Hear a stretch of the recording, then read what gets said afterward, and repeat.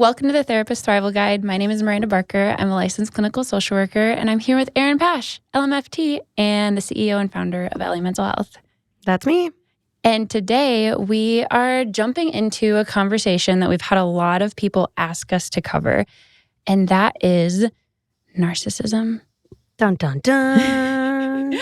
And I think that this topic is one that we've had requested a lot because people don't really, well, first off, it's talked about all the time. Like people throw out the term narcissist constantly. And without really knowing what they're saying. Right. And there are some obviously clinical things behind narcissism that we can talk about, but then also even just how do you treat a narcissist? What do you do? Yeah. That sort of stuff, you know? Yeah. No, totally. I mean, my interest in working with narcissism, like many of us therapists, specialty niches, it fell in my lap because I wanted to work with co-parents. And turns out there's a high likelihood of extremely high conflict co-parenting dynamics that involve that one of the parties is often a narcissist. Why do you think that is? Why do you think there's a why is that Venn diagram so overlapped where it's high conflict, divorced families, and at least one partner being a narcissist? Well, the nature of narcissism doesn't allow you to see other people's perspectives, opinions. You often need control, disagreement, manipulation. You often can pretend to have it, or maybe you even really do have it when people are married.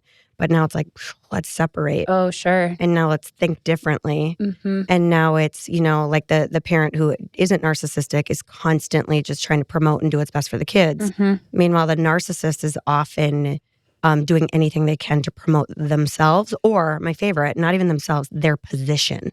Ooh, say more. So a lot of people, we'll talk about co-parenting narcissism, and then we'll go into the general topic of narcissism. That's great. I love talking about narcissism. The difference is that two co-parents who maybe even have some emotional stuff or have some emotional growth or things they need to work on, if they can't put their kids first, right, because that's just not where they're at in their emotional journey, most people can put themselves first, right? Like it's an emotional maturity, or again, I can't pretend to know what goes into the different factors for why people couldn't put their kids first, but I know it happens, and I don't have I don't judge people for it, right? There's so much origin. However, what I mean by a narcissist puts their position first is because a narcissist will sometimes get so attached to their delusion of their worldview that they will sometimes not even see that the other parent is offering a solution that gives them the days they want or the opportunities they want or the money they want, but they're married to the position. So they'll say no even when it benefits them because they are they cannot dislodge this delusion. And it comes from this idea attached to narcissism, which is it's kind of grounded in a delusional thought process where people who become narcissists, there's a lot of deep wounding, hurt. The origin of that can come from a lot of trauma and abuse, which is certainly and typically not the person's fault, right? We all know that we come from varied backgrounds, and what we do with it is up to us as we get older. So there's no judgment for that. But it's this idea that whatever made them become a narcissist or whatever developmental process got stymied or made them believe that if their narrative or worldview is challenged, then that must mean everything they think about themselves is untrue. So if I think to myself, if I grew out of, let's say, child abuse as a child, and I've decided that no one is going to ever make me feel inferior for feeling the way I do, because when I tried saying, somebody help me, I know what I feel, and they gaslit me. And my experience was a narcissist in the making might emerge and say, I'm never going to let somebody else change how I view myself. So when I say they become married to the delusion, they sometimes, you can see that moment in therapy where you'll call out a narcissist where it's we've seen it on the news. You'll play a video of something somebody just said, and then they'll look above and be like, I didn't say that. Right? It's this flagrant disregard for the reality. And it comes from a deep-seated place of hurt, which is if I have to accept a reality that is asynchronous with what I believe, then what if everything I believe is wrong? Interesting. No, that's such an interesting... No, I think that makes a lot of sense of what you're saying. I think the part that and maybe this will take a little bit of backing up a little bit, but I think that the part that I struggle with a little bit when it comes to this topic is just knowing what what is a true narcissist and what is just a person that you like disagree with, or somebody that you feel like are really selfish, or, you know, like, because it, like we said earlier, I mean, it's something that gets thrown out all the time. When I worked in child protection, I ran into a whole lot of narcissists, but I think that in some ways that almost tainted my view, because I feel like I worked with so many parents that actually were narcissists that it made me feel like it's way more common. But now that I'm a therapist, I actually don't run into that many narcissists. And I think part of that is I'm not a couples therapist. I don't really even do a ton of kid therapy anymore either. And so I think that, like, personally, I'm just like, okay, but what is a narcissist? Like, what actually goes into this clinically? Yeah. So, I mean, we have to look at symptoms, right? I think one of the easiest way to recognize a narcissist from like a symptoms perspective is that lack or little to no empathy, right? Like, you know, therapists, we become really good at trusting our gut to tell us if something is real or not real. A narcissist is often charismatic and can sit in front of you and tell you all the right things, and yet you leave that session feeling like, why didn't I feel that? Yeah. You Yes. know, No, I it's know like what you looking mean. in a mirror and not seeing your own reflection. Where you're like, something isn't right. And I almost feel like that's like the origin of gaslighting, Yes, of like you're something right. is real that's not real. Another really subtle symptom is, I would say, that I notice a lot in couples, in high conflict couples or high conflict co-parents, is they like never have this there's like this blame thing that happens. And it's almost always, if you ask the right questions, like if like, let's say, you know, a mom comes in and says, it's all his fault, blah, blah, blah, these are all the things he did. You don't feel it. You're like, something doesn't feel right. I don't feel like dad or husband did that. You can ask some of the right questions and you can find out that a lot of narcissists will accuse the other person of things they're actually doing. Right? And so we see this a lot in... you see this in like cheating even, where like you see people, you're like, they think that maybe they're cheating themselves and then they accuse their partner of cheating all the time. That's exactly right. Yes. Okay. Interesting. Yeah. And so those are some of the ways that it can show up in therapy. I think what's also important to understand about narcissism is that it's not really a problem if you're not in a relationship. Much like other personality disorders and other issues really that we can have. I mean, there's a lot of mental health diagnoses, anxiety, like that exists whether I'm in a relationship or not and causes me issues. But a narcissist could otherwise be a fully functioning, healthy human being. It's when they have to start having empathy or like the give and take in a relationship that often makes it become a problem. And so in individual counseling, you might not see a lot, or it might show up as somebody who comes in and is like, God, I just don't have a lot of relationships and I don't know why. Right. And then you'll start challenging them on that, and then you'll have an explosive reaction where they'll try and report you to the licensing board because you like made them have feelings. Right? So my big tell is that when I want to get like down and dirty to like the core of feelings, I know that there's some kind of narcissistic-y something there. If the reaction to those having those feelings doesn't feel like it matches the context of what's happening in therapy. And this has happened to me before, several times actually.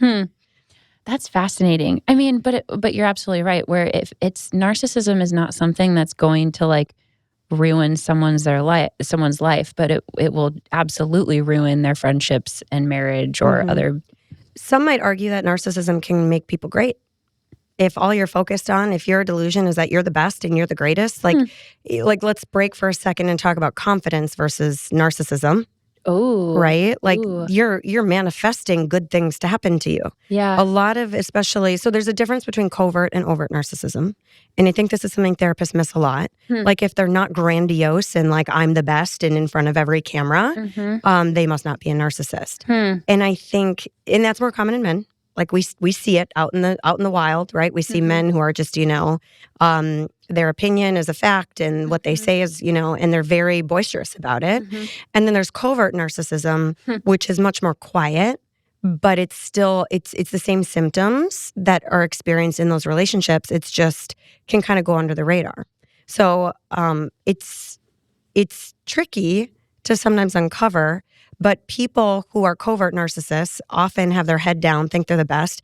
They become like that sleeper person in a company where you're like, wow, they're really good at their job because that's all they focus on because they think they're the best. They just don't have all the noise. Interesting. And then the overt narcissist is the one who's like publicly like, I'm the best. Yeah. So it's not, I can't honestly say that it's it's all bad, right? To believe in yourself and have a grandiose sense of self. It's when it becomes a problem that it's bad. Well, that's like any diagnosis, right? Where it's like, it's not a problem until it affects the rest of your life and actually becomes a problem. Correct. Interesting. So then, oh man, like, well, first off, one of the other things that we talked about too is just like the differences with men and women with this diagnosis. Yes. What are some, like, it feels like men are way more likely to be called a narcissist, but am I wrong? Am I backwards? I think you're wrong. I think women, much like how, young boys got diagnosed with ADHD because they were bouncing off the walls. And we know that actually women have more prevalence of ADHD. It's just more inattentive. So it's inside their head. You can't see it. I don't know what the actual research says. I'd have to look it up. But in my experience, I probably run across more covert narcissistic women than I do, that overly confident narcissistic man. And like some of the things it can present as is a lot of victim mentality. Mentality. Yeah. I just come psychology and mentality. Mentality. That victim mentality, again, remember I go back to a lot of narcissists will accuse other people of doing things that they do. So a lot of times in that couple relationship or co-parenting, the covert narcissist will come in and say, cry, I'm the victim, talk about all the bad things that have been done. When if you can figure out how to, ask really curiosity-based questions, you can actually find out. These are people who can usually shift between kind of the waterworks tears and the anger pretty quickly. They're doing everything they can to protect the facade. Yeah. I'm really great, I promise. Well, so then what's the difference between this and like histrionic?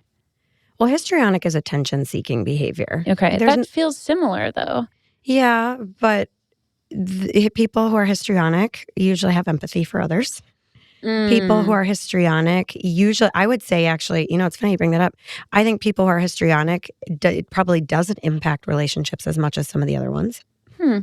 Because it's about themselves. They are desperate and craving attention constantly all the time. And it's showing up like, I'm going to just give really bad analogies, okay? I love it. Right? So like, histrionic personality disorder is like the girl in high school who wants every boy to love them and date them and gets on the tables at parties and dances, but still has friends. Oh, yeah. Still has relationships. She just wants all eyes on her. Yes. Okay. Nope. That makes sense. Right? A narcissist would be that boy in high school, and I know I'm going so stereotypical, who will be with every single girl at the expense of their feelings, call it a fuckboy, if you will.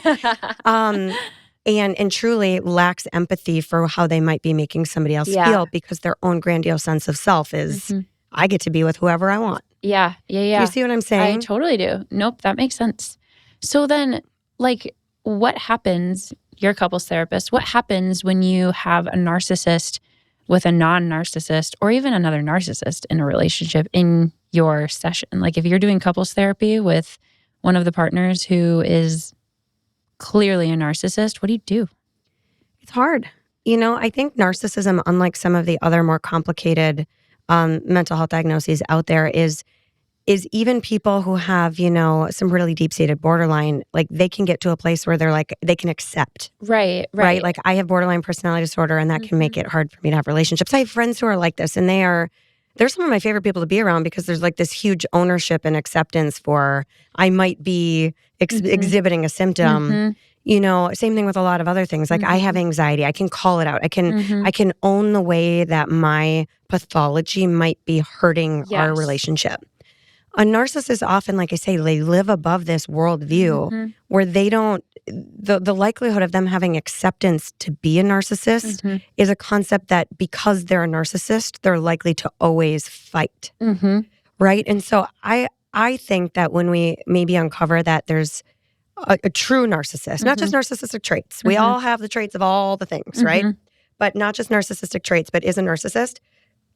What I find is when we can get to the root of the work, it's usually the non-narcissist who gets to see things more clearly, and then they feel like they get to make a choice.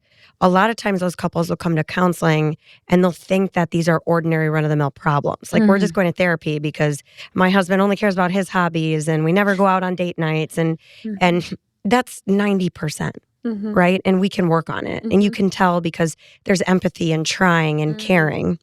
My biggest tell for a narcissist is when you challenge that person in therapy, a non-narcissist might not love it, but they will react in a way that is empathetic. A narcissist will challenge you, will undermine you, will absolutely deny any part of your existence. Like I said, I've had those people report me to the licensing board just because they feel like, how dare I ask them about their feelings of anger, right? What anger? I'm not angry. Right.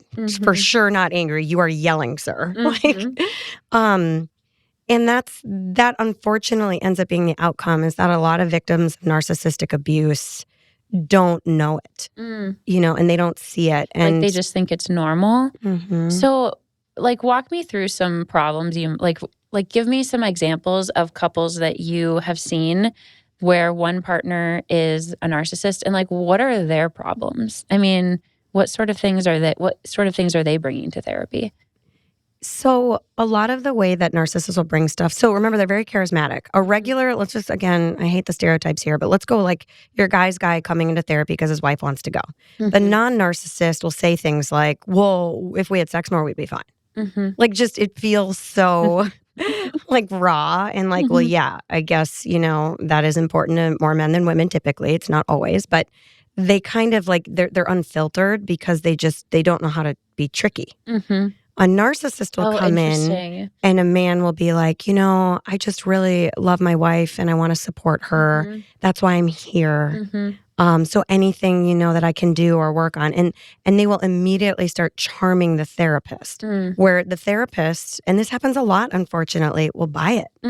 Because we're not on a built-in, I think I assume narcometers. Yeah. I mean, I feel like mine's gotten pretty good over the years. Yeah.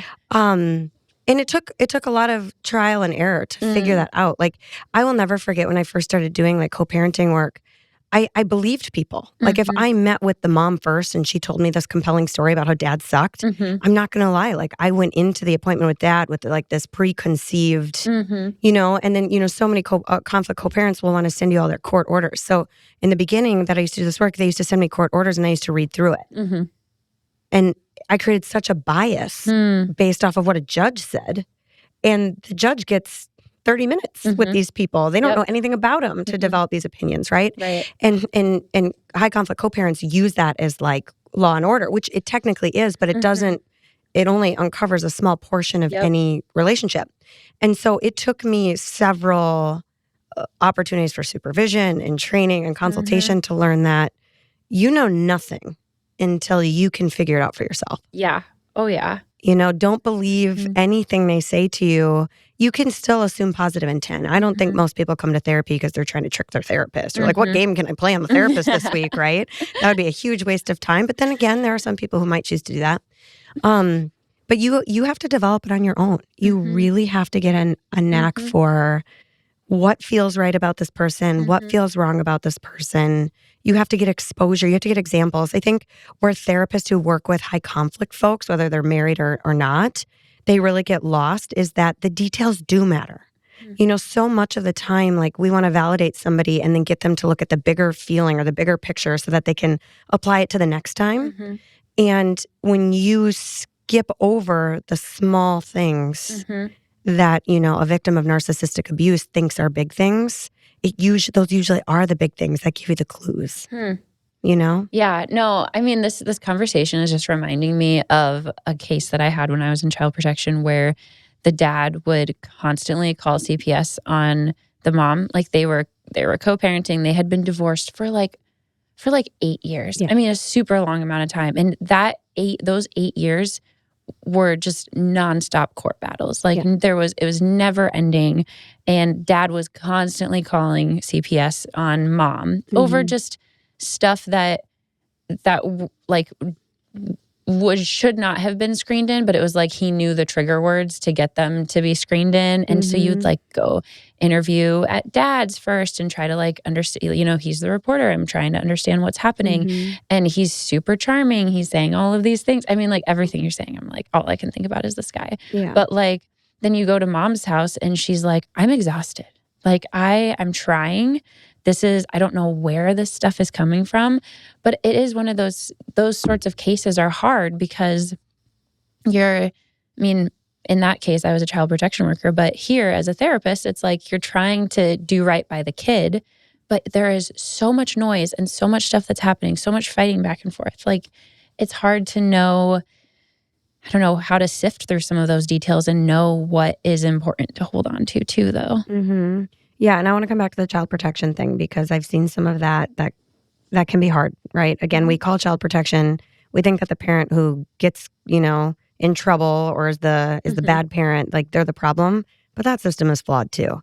And that's a perfect example of that system being flawed. Well, but not only is it flawed, but there are some parents who are like that dad, where there is abuse happening, and it's the other person, and they're desperate for somebody to intervene. Yeah, so it's like it's both. It is hard to discern because there's like if you don't know the right words, you could still just be a charming person and wanting to advocate for your kids being abused by the narcissistic parent, and you are going to end up looking like the one with the problem. And I will tell you, this happens more often than not. I'm thinking of a specific reunification case I had where dad was flagrant narcissist and mom was so fed up. She was so sick of dealing with him that she would try and prevent him from failing because she was afraid of the outcome on the kid.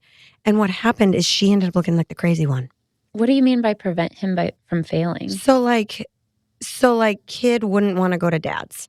So mom would preemptively go to dad and say, hey, can I keep kid tonight? Try and go over the top. And so instead of it being that dad was the abusive parent, which he was, it looked like mom was the gatekeeping parent. Do you know, so a lot of times where the victim becomes an even further victim of narcissism is they feel so gaslit and the rest of the world can't see it. And they're like, what? That person's a great person or, whatever. Or maybe that person's in a noble job, and it's like, what? That person could never be harm their kids. Right. And then it comes out and you meet with the kid and the kid's like, oh yeah, my dad straight up punched me in the face 5 times. And mom hears this, knows this to be true, lives in her own world where she's the only one who knows the reality because the charismatic. And so the best thing I tell parents, and it's really hard, the only way to beat a narcissist in co-parenting, if it's is let them prevail as the crazy one. You can't, you can go and you can protect your child, but you have to save it for when you know you need to protect them. Stop filing ex parte orders. Save it for when you know, and unfortunately, and then get really good support and counseling. In that specific case, I was reunifying a teenage kid with dad after they had kind of had some stuff. Mom was trying to stop it. Kid was kind of open to it with connecting with dad. And it literally took mom about 6 weeks of just gritting and bearing and biting her tongue for it to all unravel between dad and kid. You have to let it unravel between the parents. You can't overly advocate for the child that now it's a co-parenting fight versus a fight between a victim of abuse, the child, and the parent who's the abuser. I think that, first off, these cases can just, as a therapist, make you feel like you're the crazy one. It can make you feel like you are being swept up into the chaos so easily. Yep. How are therapists? How are we supposed to deal with this, Erin? I know, I can tell you're getting all hot and bothered. Now I'm over here let's just drink my water. I know. It's hard. So experience is everything. Not formulating any opinions, going into it and really checking your bias is huge. A lot of people, one of the superpowers I have in working with high conflict co-parents is that I was a stepmom before I had my own kids. So I was like a woman on dad's team, right? Who understood the dad who just wanted, and then I had my own kids. And now fast forward and I'm still a mom of my own children with my own ex-husband, but my new husband has a baby mama and there's a whole conflict there. So I'm like, I'm not even on a team other than team child. All I want is for them to have a good life, right?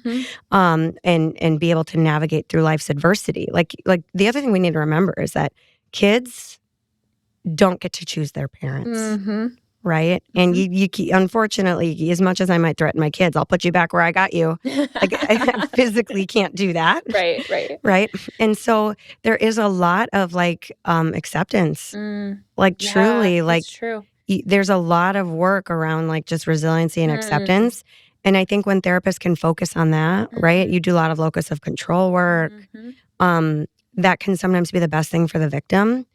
And then, what I always tell therapists too, like, I don't like when therapists give up on these people. They need help. And if you can do it, if you're strong enough that you can like, or not even strong enough, but like truly experienced or skilled enough that you can just like shut it off and not care at the end of the day, I challenge those therapists to keep working with those people because there's not enough people to help those people because it is hard and it takes a different flavor. I will also say that a lot of therapists who tap out of working with narcissistic relationships, it's because they're usually victims themselves. And that's sometimes unrealized. And we don't make people do work where it triggers their own stuff, right? But these people are going to have the problems before you and the problems after you. So stick with it as long as you can. And then just remember you're a link on the chain. Like after they're done with you or you're done with them and you put up boundaries and they keep plowing through them, you discharge. Yeah. You don't look back. Right. They're going to try and, when you cut them off, especially a narcissist, be as neutral as possible for why. Because otherwise they're going to come back and try and subpoena you and your records because you made them look bad. But I also try and remind them that if you're the family therapist, you have to approach it unbiased and with neutral eyes, but it is not neutral work. There's a difference between right and wrong. And I think where therapists get burnt out on these cases is they are forced to take a stance of neutrality. Interesting. And then that challenges their own values. So when they're like, I know dad is a dick and he shouldn't have kids and I have an opinion about it and I feel like it matters and I want to do something to help, but they're kind of told, don't get involved or you're going to get reported to the board. And I'm here to tell you, you might get reported to the board anyway, so help that kid. That's a good point.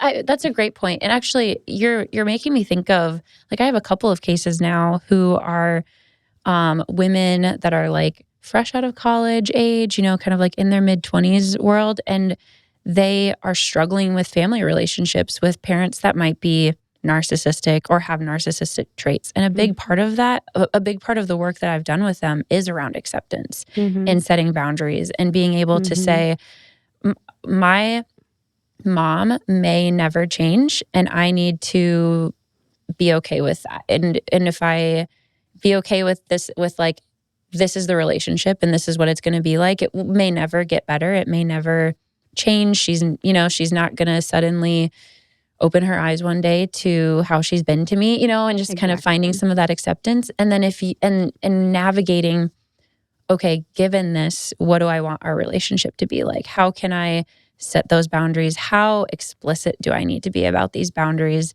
Or, there have also been times where they're explicit about boundaries and that sets parent off too. And that's what I was going to say. Like a healthy relationship where you have personality differences or some mental health stuff, you can try and put up boundaries and people might still press against them. I don't think it's effective. Like put up boundaries, but make them for yourself. Don't expect to communicate them with the narcissistic person and think that that's going to go well. Yeah. In fact, they're going to plow right through your boundaries, pretend your boundaries don't exist, and then get everyone else who knows you to believe that your boundaries are stupid. Right? Because boundaries make narcissists fly off the handle more than anything else I've ever seen. Yeah. So the acceptance for me in coaching people who are victims or deal with narcissistic people in their life is you just kind of got to do you. And that acceptance piece is, yep, I'll hang out with mom, but in this amount, like literally put it down to the hour. Like she gets 60 minutes at a public restaurant, and you like where you can get up and walk away. Yeah. And it's no different than what we tell actually younger kids who still have to cope with that's their parent. Like if they're not harming you, they can be as manipulative as they want, right? And that is who you're dealt with. So how do we as therapists or as other parents or other supportive people help these kids? Like, yes, you're being manipulated. Let's call it what it is so that you don't feel like you're going crazy. Yeah. And then give them tools. So you're at your mom's house for the weekend and she is highly manipulative of you, or she's lying to you, or you're doing this. What kind of things can you do while you're there to make you feel better? What can you do? Like, what would you say? What would you? I guess that depends on the age of the kid. But like, let's say the kid is in high school. They know what manipulation looks like. They know Well, kids in high school, I'm going to be honest with you, most kids in high school end up getting to decide who they want to live with when there's a narcissistic parent or that level of conflict. Sure. Okay, let's say like a 10-year-old. Yeah. So you work with that 10-year-old kid and you try and say, well, like, first of all, against the grain of your existence, you have to say, well, what are the good parts? And you have to get them hyper-focused on the good parts. You often have to give them a pep talk to remind them, like to teach them about their gut, their brain-body connection. Because a lot of times when you could teach a kid that young that something doesn't feel right, they don't need to understand that they're being lied to or manipulated. They just need to know that it doesn't feel good and then call that out so that it doesn't like it stays in the somatic body and doesn't float up to their brain of like, now this is a worldview. But they also need to be able to trust that. So yes, like, I think that's really key, being able to recognize something doesn't feel right and not feel, gaslit into believing that, like, I mean, on the other side of things, I have other clients who, have zero relationship with their parents because of narcissistic or borderline traits or something like that. And then as a result of those relationships, they walk on eggshells with everybody in their life. Yeah. And part of that is because they learned really early on that they can't trust their gut. They're not sure what's happening and, or like what type of parent they're going to get that day. Yeah, no, I mean, but that's the work, right? And so the earlier we can do it with kids, a lot of parents, in a traditional co-parenting relationship, you would be able to lean on your co-parent. Like if you couldn't make it to a baseball game, you'd be able to be like, hey, I'm busy, I can't make it. Will you tell other kid? And maybe the parent knows that really you're just going to a bachelorette party and want to be a woo girl in Nashville for the weekend. Your reasons are your reasons, but a kid might not have the capacity to understand that, right? In a relationship with somebody who's a narcissist, they will ask you to lie constantly, but it'll be against your values. And so I think one of the key things is when kids get to a certain age, you don't have to throw a parent under the bus ever. And I would never recommend doing that. But you have to, like, there has to be a point where you stop lying, and I think that's when kids, like certain age, 8, 9, 10, that they're like, make it make sense. Something does not make sense. And the narcissistic parent will want you to lie on their behalf to make them look better. Here's an example. Let's say it's your 9-year-old daughter's birthday, and she has it at mom's house this year, and she wants dad to come, and brothers and family on the other side to come. But mom doesn't want that because absolutely not. High conflict. But instead of mom going to daughter and saying, no, I'm not comfortable with that, mom wants to go to dad and say, you need to tell her you're busy. Right? But then it hurts dad and kid's relationship because now kid thinks that dad wouldn't prioritize kid's birthday. And that's how you often see it play out. And so whether you're the therapist or the parent, you would go to that kid and you would just say, I'd really love to be there. And I am available, but it is your mom's choice. And I have to respect her boundaries. And the narcissistic parent is going to use it against you. They're going to come after you and they're going to say, like, you told her that it was my fault. And yeah. I mean, it is. It is. But that's my whole point. Yeah. And that's how they'll try and spin this narrative of like, well, you just made me the victim. You wouldn't lie for me. And it's like, I won't. Because I would have loved to see my daughter on her birthday because that's what she wanted. Right? And so this kind of stuff happens. It happens a lot. And a lot of times, a narcissistic parent will be like, oh, well, that's parental alienation. And they'll just like, because again, you challenge that delusional value. And so that's what we do as therapists, is we help coach parents to help instill confidence in them and make it make sense. Because what we don't want is the kid walking away and dad being like, sorry, I'm out of town, I can't be there. And now kids start thinking, did my dad even love me? That like ambivalence. Yeah. They're like, but my dad loves me and wants to be a part of my birthday. And I heard him talking last week. Like they already know that things don't make sense on all the things they're picking up on. Yeah. And so those kinds of things are important. And I say that kind of stuff just as a mom, period. Like I think we need to talk about, maybe it's another podcast episode, just like parental accountability. I don't let my son play football. I just don't. My values are that it's not worth the risk. Well, right? You love football. I do. You were at the football game last night. I feel like a complete hypocrite. Because I won't let him play. Maybe if I thought he would be like a professional football player and this is what he could devote his life to, but he is 10. And the hardest part is he's a very skilled football player. Like he's so good. He's probably better at football, and I would never tell him this, and I don't think he listens to this podcast yet. But I won't let him play because of the risk of head injuries. But you know what? A lot of his friends play. A lot of his friends his moms are my friends. I have to own that I'm the parent who by default thinks that every parent gets to make their own choice, but other moms might look at me and be like, oh, you think your kid's better than my kid because you don't care. Like, you think I don't care about head injuries? And I hate it. But I tell Graham when he tells his friends that he can't play or try out for the football team, I'm like, tell him the truth. Tell him it's your mom's fault. Yeah.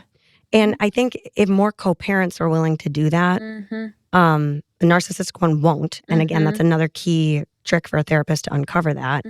Good co-parents are willing to hold on, like have that accountability because they're not worried about a threat in their relationship with their child. My kid is mad at me about it every day, but we have such secure attachment that we're good. Narcissistic parents don't usually have secure attachment. It's actually very ambivalent for the most part. Sometimes it's avoidant. Yeah. But most of the time it's ambivalent attachment. And so they don't have the ability to like take the heat, which is why they're willing to make everybody else look like the bad guy instead of them. Yet their innate symptomology requires them to be in control of the entire narrative.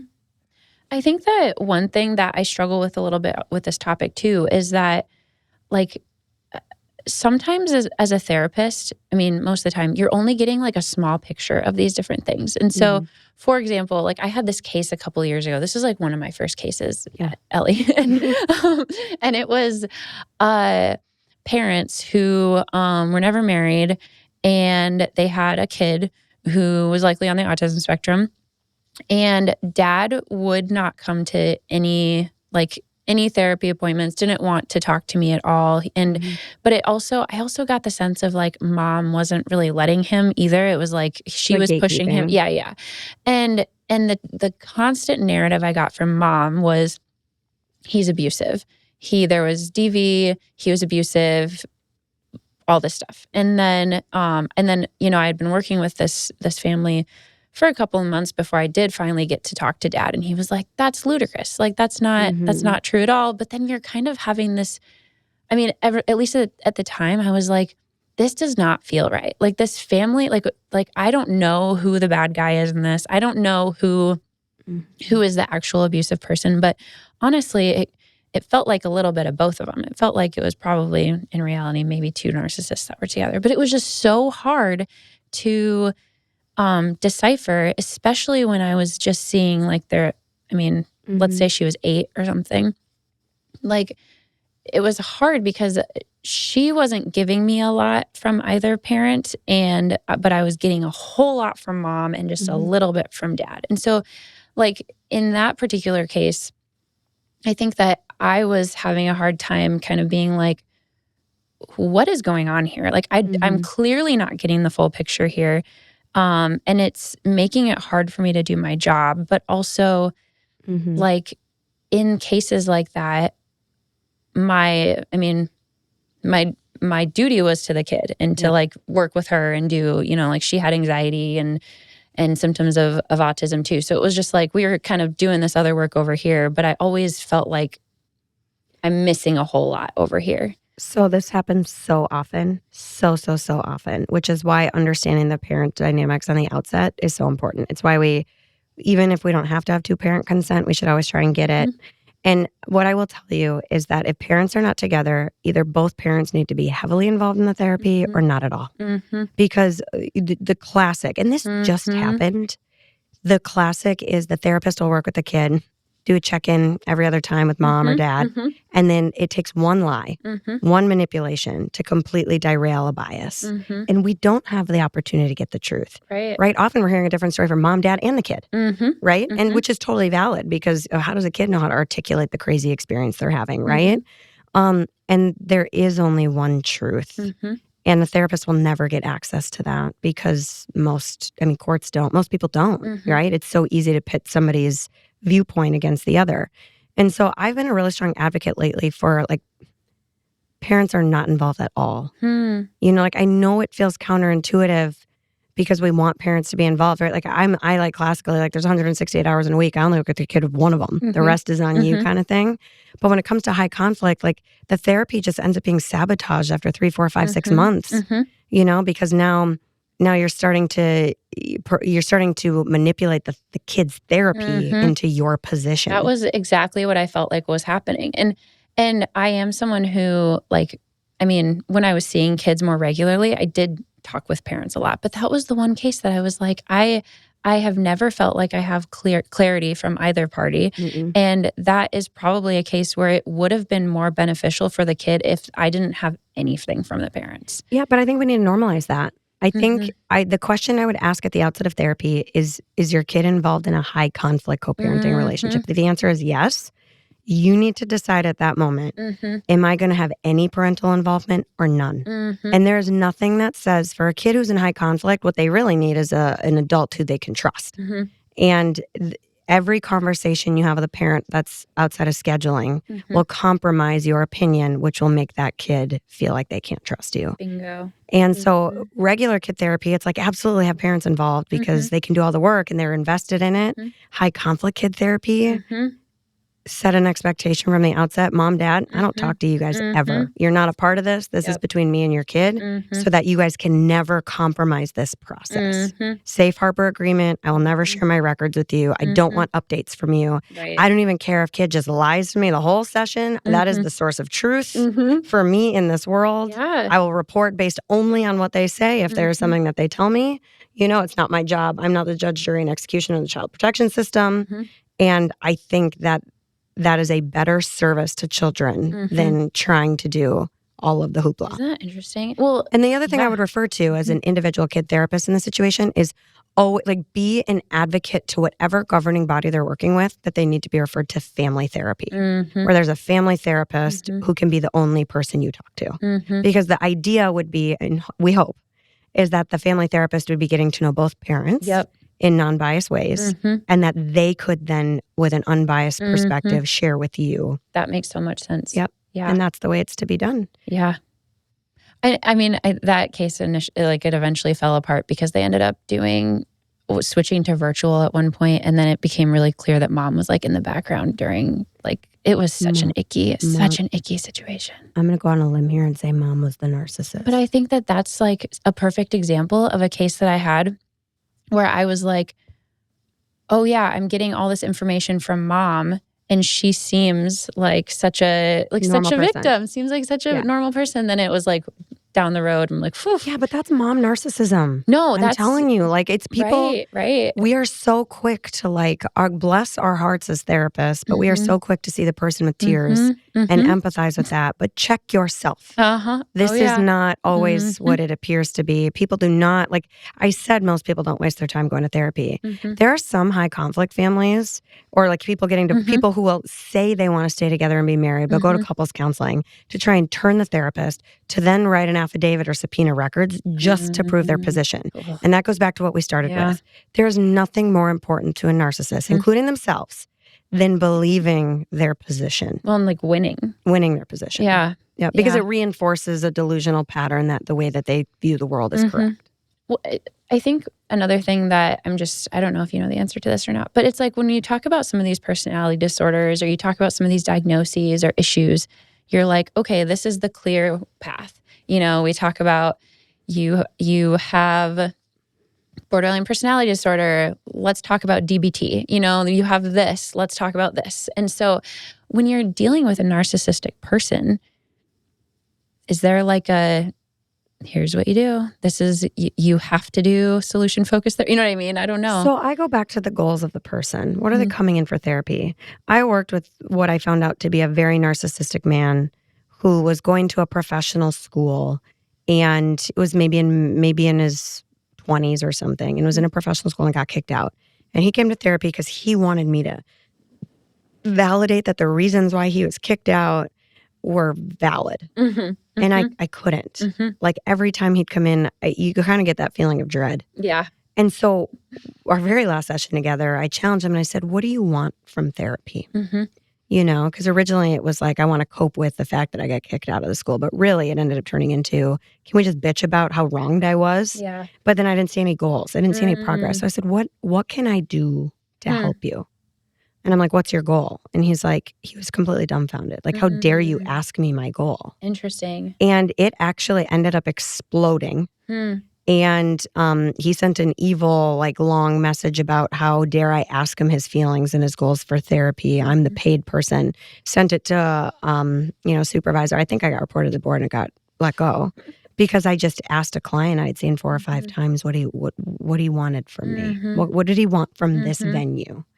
And so it's almost like you were asking him about like self-improvement, though. It's not like you are not. He was coming because he just wanted to bitch or say these different things, but you were feel validated. Yeah. But he wanted you to be on his side. Yep. But what you were trying to do was let's process this. Let's get some goals. Let's move towards some self-improvement. And that was not okay. Correct. And that was kind of like the obvious tell, like anger. Like, how dare we, like, what do you mean? I did nothing wrong here. Yes. Well, and I'm like, but I can't get you back into school. So how can I help you? You know? And then you start, and he's like, I don't know, you're the therapist. Okay, well, here's the things I can help you on. And you start talking about, I can help you lean in and have acceptance. Yeah. I can help you work on how you know, future goals of what else you're going to do if you can't get back into professional school. I can help you on all of these different things. And it was appalling to them. They were appalled that I would assume that meant that they had a flaw. And that's how it was taken.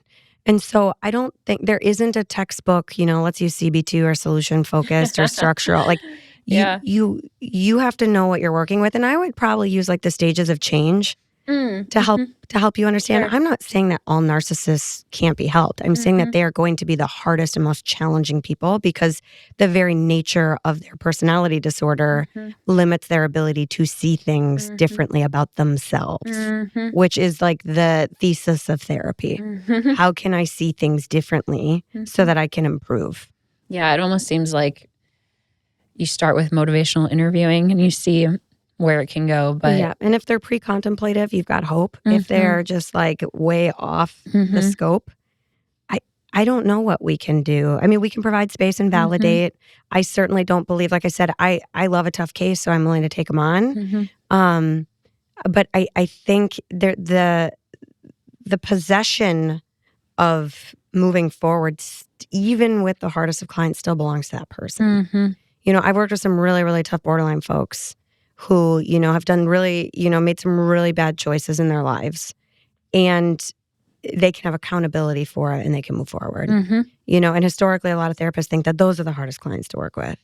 And in my time with narcissism, I've maybe worked with a couple who are in, like let's say, for example, here's a goal a narcissist can have. I don't want my wife to leave me, right? I want her to stay with me.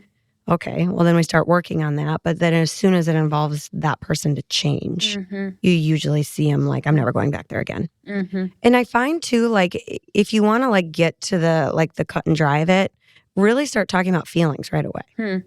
You know, like I will never forget clients I worked with where it was co-parenting and they like both co-parents wanted to work together. It was like before it got ugly. And the mom came in and the dad had said 2 things and mom just like flipped her lid on dad. And the therapist goes, well, I can see that one of our goals is working on your anger. And she goes, I'm not angry. She never came back. Yeah. Ever. That was it. Like that was the end. Oh, wow. End, you know? And so we can only help, like we just need to be grounded and reminded that we can only help people want to be helped. And narcissistic folks can be helped, but it's a hard road. You know, and I want to just make sure I circle back to people who end up being narcissists. Like, it sucks. I understand where it comes from. Like, I have so much empathy for how all of those wrongs in their life built them to be in that space. And at the same time, like, I just, you know, like as a therapist, what can be so frustrating is you do want to shake them and be like, I can help you if you'll let me. And I think that's where people get so turned off or turned away. Is like, you know, burnout for us comes from feeling like we're invaluable, like there's no value to what we do.